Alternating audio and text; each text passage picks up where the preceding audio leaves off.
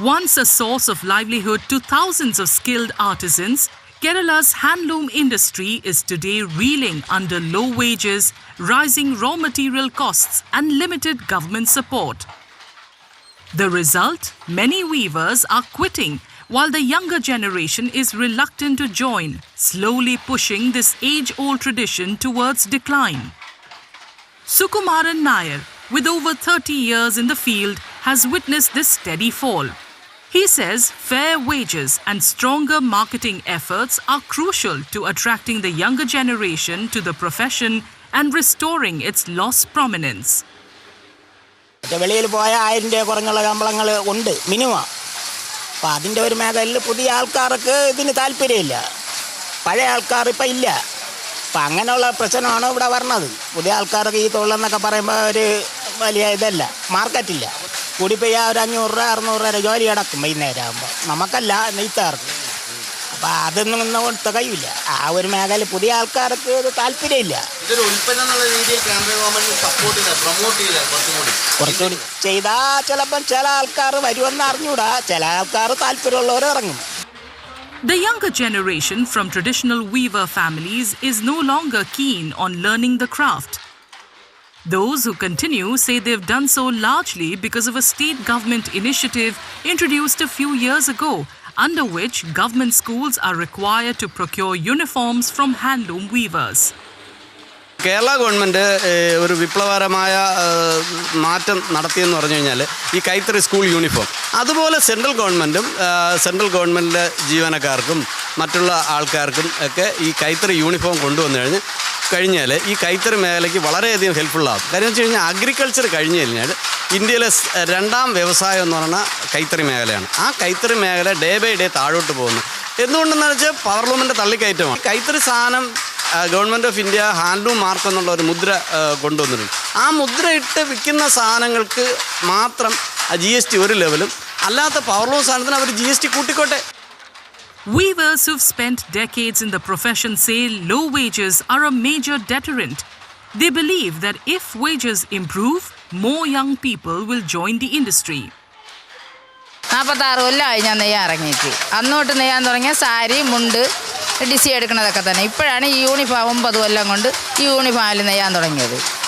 അങ്ങനെയൊക്കെ ഉള്ള കാര്യങ്ങളൊക്കെ തന്നെ ഗവൺമെൻറ് ചെയ്യണമെന്ന് വെച്ചാൽ നമ്മളിപ്പം നെയ്യണേൻ്റെ കൂലിയാണ് നമുക്ക് തരണത്. നമുക്ക് ഈ നെയ്ത്തെന്നും പറഞ്ഞ് വേറെ ഒരു ആനുകൂല്യവും നമുക്ക് കിട്ടണില്ല. അപ്പോൾ എന്തെങ്കിലും നമുക്ക് തരണ്ടേ? നമ്മളിപ്പോൾ ഇന്ന് 50 രൂപയ്ക്ക് 500 രൂപയ്ക്ക് നെയ്യുമെങ്കിൽ ആ 500 രൂപ തന്നെ, നമുക്ക് വേറെ ഇതിലൊന്നുമില്ല. നെയ്തില്ലെന്നും പറഞ്ഞാൽ പൈസ ഇല്ല, ഇത്രയേ ഉള്ളൂ നമുക്ക്. മുമ്പത്തെ കാലത്ത് ഒരുപാട് പേര് ഈ നെയ്ത്തായിരുന്നു അവരുടെ മുഖ്യ തൊഴിൽ. പക്ഷെ ഇപ്പോഴങ്ങനെയല്ല, എല്ലാവരും ഈ മേഖലയിൽ നിന്ന് അങ്ങോട്ട് മാറിക്കൊണ്ടിരിക്കുകയാണ്. കുറച്ചുകൂടിയൊക്കെ ഈ തൊഴിലിനെ പ്രോത്സാഹിപ്പിക്കുകയാണെങ്കിൽ. വേതനം തന്നെയാണ് പ്രശ്നം. വേതനം കൂട്ടിക്കഴിഞ്ഞാൽ ഈ രംഗത്ത് ഒരുപാട് ആൾക്കാർ വരും. Arvind is among the few young entrepreneurs still associated with the handloom sector. He points to rising raw material costs and the growing preference for power loom products as major reasons for the sector's decline. ഇപ്പോൾ മെയിനായിട്ട് അനുഭവിക്കുന്നതെന്ന് പറഞ്ഞാൽ നമ്മളിപ്പോൾ പവർലൂമിലുള്ള ഉൽപ്പന്നങ്ങൾ വന്നതിൽ കൂടി ഒരുപാട് നമ്മുടെ കൈത്തറി സാധനങ്ങൾക്ക് ഡിമാൻഡ് വളരെ കുറഞ്ഞു. അതുപോയിട്ട് ഇപ്പോൾ നമ്മുടെ റോ മെറ്റീരിയലായിട്ടുള്ള കസവ്, നൂല്, മറ്റുള്ളവരുടെ വിലയെന്ന് പറഞ്ഞാൽ അധികമായി കൂടി. കാരണം ഇപ്പോൾ കസവിൻ്റെയൊക്കെ വിലയെന്ന് പറഞ്ഞാൽ നമ്മൾ സ്വർണ്ണം കൂടുമ്പോൾ അതിനനുസരിച്ച് ചെറിയ വേരിയേഷൻ വരുന്ന ഐറ്റംസ്. അപ്പോൾ ഇപ്പോൾ നമ്മൾ വാങ്ങിച്ചുകൊണ്ടിരുന്നതിൻ്റെ ഡബിൾ വില കൊടുത്താണ് ഇപ്പോൾ സാധനങ്ങൾ വാങ്ങിക്കേണ്ടി വരുന്നത്. അതും ഇപ്പം റോ മെറ്റീരിയൽസ് കിട്ടാൻ വളരെ പാടുമാണ്. അപ്പോൾ അത്രയും വില കൊടുത്ത് ഇപ്പോൾ സാധനങ്ങൾ വാങ്ങിക്കാനുള്ള ഉപഭോക്താക്കളുടെ അളവ് വളരെ കുറവാണ്. അങ്ങനെ നമ്മുടെ സാധനങ്ങളുടെ ഡിമാൻഡ് വളരെ കുറഞ്ഞു വരികയാണ്. He adds that being a handloom weaver is no longer considered a prestigious profession. He says that unless the central government provides greater financial support, this perception is unlikely to change.